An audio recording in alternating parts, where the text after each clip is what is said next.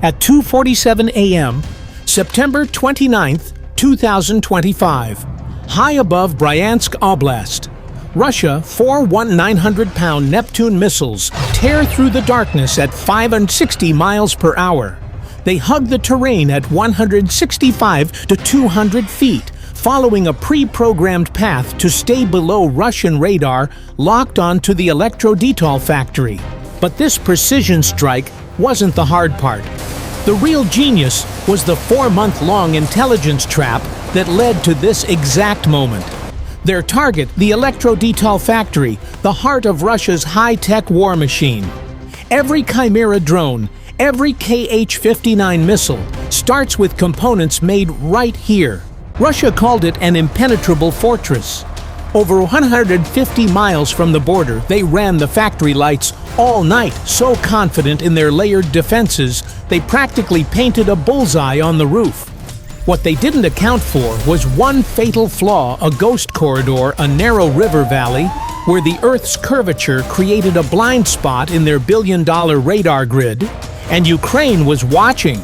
Hitting the target, however, is only half the problem. The moment those missiles launched, they triggered a silent 15-minute countdown. That's the exact flight time for a squadron of Russian Su-35s to scramble and turn the Ukrainian launch site into a smoking crater. So the real question isn't how you hit an impossible target. It's how you land the knockout punch and escape the counterpunch that you know is already on its way. At 2:29 a.m., near Chernihiv, the night is shattered by 2 sets of double booms. From 2 mobile launchers, 4 Neptune missiles vault into the sky. But this isn't a slow one-by-one launch. The missiles fire in a rapid 4-second salvo. Here's the technical brilliance that makes this possible. The launch canisters are thermally insulated. It's a simple but game-changing piece of engineering that means the crew doesn't have to wait for the system to cool down between shots. They can unleash their entire payload and start packing up to vanish in under 5 minutes, a critical advantage when you know a counterstrike is coming. As soon as they are clear, the missiles drop to just 200 feet, hugging the terrain to become electronic ghosts. At that exact same moment, 30 miles away, the second part of the plan kicks into gear. 15 Banshee drones launch from the back of a simple truck. The strategy is a classic feint, a 2-punch combination designed to overwhelm the enemy's senses. The Banshees are the jab loud obvious and designed to draw all the attention. They climb to 2,000 feet, flipping on transponders that are programmed to scream F-16 attack squadron on any Russian radar screen. They are bait, pure and simple, practically begging to be shot down. And while Russian air defense is busy dealing with this noisy, screaming threat, the real knockout punch, the 4 Neptune missiles, is already flying low and silent under the chaos, completely invisible. The entire operation now comes down to one critical moment of human decision. Will the operator in the Russian command bunker take the bait? At 2:34 a.m., inside a Russian command bunker near Bryansk, an operator's screen explodes with a constellation of red icons. 15 hostile contacts moving fast, appearing on his scopes exactly where they shouldn't be. The signature looks terrifyingly familiar: an F-16 attack squadron. Panic gives way to procedure. The order is given, engage, and the sky rips apart. The Panzer S-1, Russia's frontline guardian, unleashes hell. 10 missiles tear into the sky, and in under 4 minutes, 10 Banshees disintegrate into fireballs, falling from 2,000 feet like burning leaves. The Russian crew is probably high-fiving. They just repelled a major NATO-style air attack. Or so they think. But here's the beautiful, brutal math of this exchange, the part they don't realize yet. They just fired 10 of their multi-million-dollar SAM missiles to destroy 10 drones that cost about $15,000 each. It's like paying $1,000 to swat a $10 mosquito. Ukraine just traded scrap metal for gold, and Russia gladly paid the price. The real problem, however, is what happens next. Convinced they are under a massive assault, the Russians don't stop at shooting down drones. They escalate. From an airbase in Bryansk, a flight of Su-35 fighter jets, Russia's most lethal air superiority hunters, scrambles into the sky. Their mission: find the source of this attack and burn it off the face of the Earth. The element of surprise is gone. The sky is now filled with Russian radar waves, and two Su-35s flying at 1,200 miles per hour are now screaming towards the last known location of the Ukrainian launch site. The Neptune crew's 5-minute window to escape just got a whole lot shorter. At 2:43 a.m., the 4 Neptune missiles, now deep inside Russian airspace, execute their masterstroke. They emit a low-power radar signal engineered to blend into the Nebo-M's display as a harmless natural clutter like a flock of birds. It's a stealth trick, not hiding but blending in. Simultaneously, back on the ground, the Ukrainian launch crews are fighting their own desperate battle against the clock. This isn't a Hollywood escape with screeching tires. It's a disciplined, high-speed drill. Within 5 minutes of firing, the heavy launchers have shed their camouflage, pulled onto a paved road, and are now indistinguishable from the other commercial trucks rumbling through the night, heading for the safety of an underground bunker.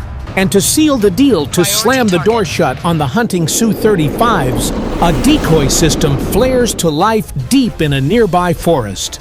It generates the massive, unmistakable heat signature of a freshly fired missile battery, a glowing beacon that screams, "Here I am, Tamish," to the inbound Russian jets. The trap works perfectly. The Russian pilots, hungry for a kill, see the heat bloom and bank hard towards the decoy. On the Nebo-M radar screen, the operator sees a harmless rain cloud drifting towards the electro-detail factory. The plan seems flawless, except a trick this clean feels too clean. The Russian commander, smelling a rat, makes a call that changes the entire game. He orders his ground radar to ignore the automated threat assessment and start a full-power manual sweep of that sector. And then he unleashes his real trump card. A Bereave A-50 AWACS is scrambled into the air. It's a flying command post with a radar powerful enough to look down, completely eliminating the terrain-hugging advantage the Neptunes have relied on. They have fooled the eyes on the ground, but now they have to contend with an eye in the sky. At 2:45 a.m., the Krasuka 4's electronic assault finally lands a punch.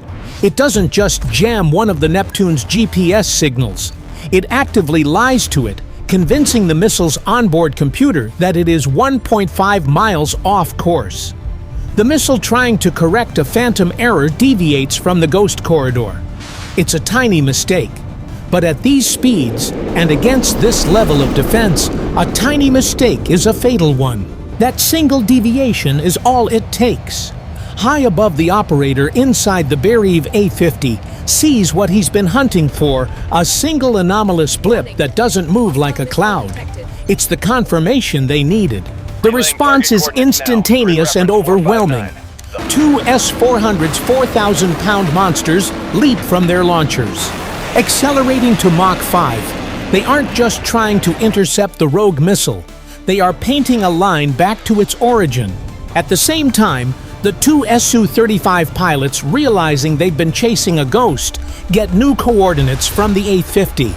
They break off their pursuit of the decoy and rocket towards the real search area, now just 10 miles from the Ukrainian crew's original firing position. Suddenly, the entire operation is on the verge of catastrophic failure. The missile attack is about to be stopped, and worse, the launch crew is about to be cornered and annihilated.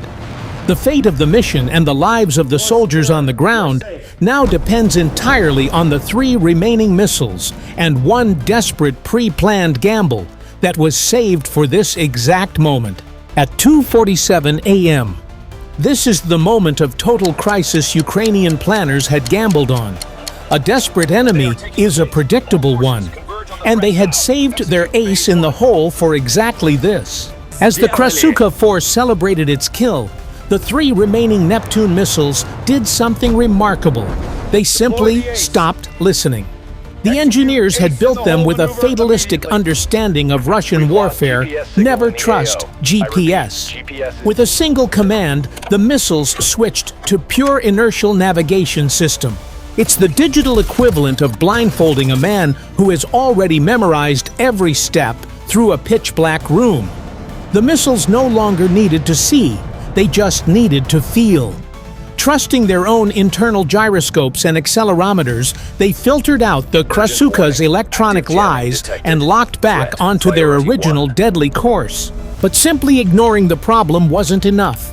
You have to kill it. And that's when the real ghost in the machine revealed itself. 40 miles away, a Ukrainian Special Forces team hidden for days had been waiting for this exact signal. They launched a Switchblade 600. It's a 50-pound kamikaze drone, a stealthy hunter cruising through the night on a one-way mission. It wasn't aimed at the missiles or the jets. It was aimed directly at the heart of Russia's electronic defense.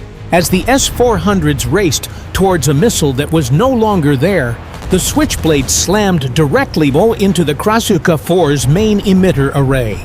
A multi-million-dollar electronic warfare system, the brain of the entire defensive network, was instantly lobotomized by a drone that fits in a backpack. The jamming field that had moments ago dominated the sky simply vanished. With the Krasuka gone, the Russian Su-35 pilots were flying half-blind, relying on their own sensors. And the biggest thing lighting up their screens was still the raging thermal decoy in the forest. They banked hard, unleashing their payloads on a patch of burning trees, convinced they were avenging the attack.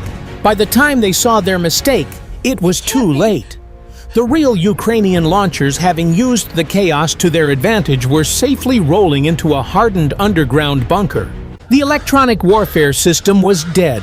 The air defense missiles had been wasted on a ghost.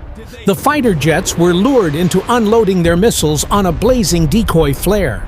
The Ukrainian crew was safe. And 3 Neptune missiles, now flying unopposed, were closing the final miles to their target. The fortress had lost its walls. At 2:49 a.m., each missile, armed with a 330-pound warhead, is now actively hunting, locking onto the precise WGS-84 coordinates that mark the factory's heart. The first impact is a surgical sledgehammer blow. The warhead punches through 3 feet of reinforced concrete, as if it were drywall, its hardened tip shattering everything in its path. It strikes exactly 15 feet from the primary furnace used to manufacture Chimera drone components. The second and third missiles follow within milliseconds, a devastating 1-2-3 combination that rips into the factory's core. The ground for miles around shudders from the concussion. Now let's dissect that explosion, because this wasn't just brute force. It was a masterpiece of applied physics. The key was the fuse. Each warhead was equipped with a fuse set to a precise 0.8-second delay. Why? Because the goal wasn't to knock down a wall, it was to kill what was inside. That 0.8-second delay was the exact time needed for the missile to travel through the concrete and detonate inside the main production hall, where the most sensitive and valuable equipment was located. Instead of dissipating harmlessly into the open air, the blast wave was trapped. The immense energy with nowhere to go became a wrecking ball in a china shop. It bounced off the interior walls, multiplying its own destructive force, turning the entire building into a pressure cooker of shrapnel and overpressure. The shockwave didn't just shred steel, it obliterated the critical production lines inside. The assembly line for Kh-59 missile components buckled and collapsed, and the $20 million Chimera drone furnace, the crown jewel of the factory, was instantly turned into a heap of unrecognizable melted slag. On the ground, chaos erupts. But it's an organized chaos. Russian Spetsnaz and FSB units swarm the perimeter, their rifles pointed out, not in. They are enforcing a quarantine of failure, desperately trying to hide the scale of the disaster from the world. The acrid smell of burnt electronics fills the air as sirens wail their sounds, swallowed by the roar of the inferno. The firefighters can do nothing but watch it burn. The damage is absolute. Over 200 different irreplaceable electronic components, from the connectors for Kh-59 missiles to the guidance processors for Chimera drones, are now vaporized scrap. In the weeks that followed, the true genius of the attack became clear. This wasn't just about blowing up a building, it was about severing an artery.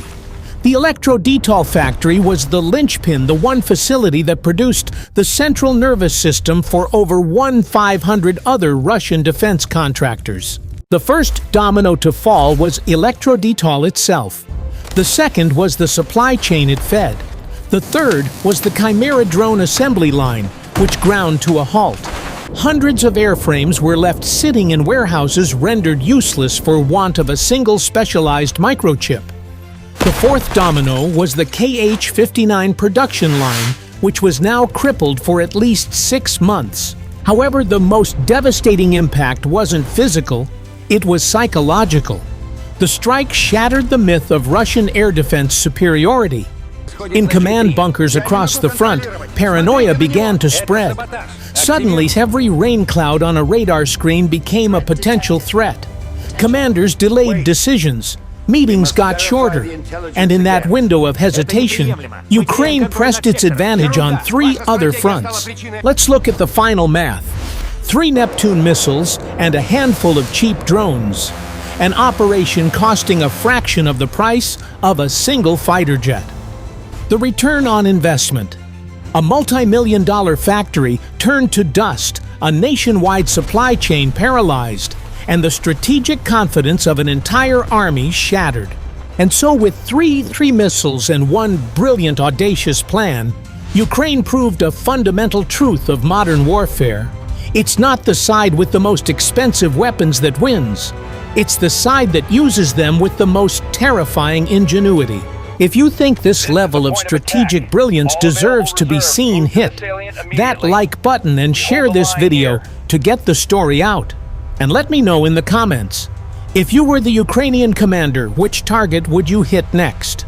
A major fuel depot or a high-level command bunker? I read all the best replies.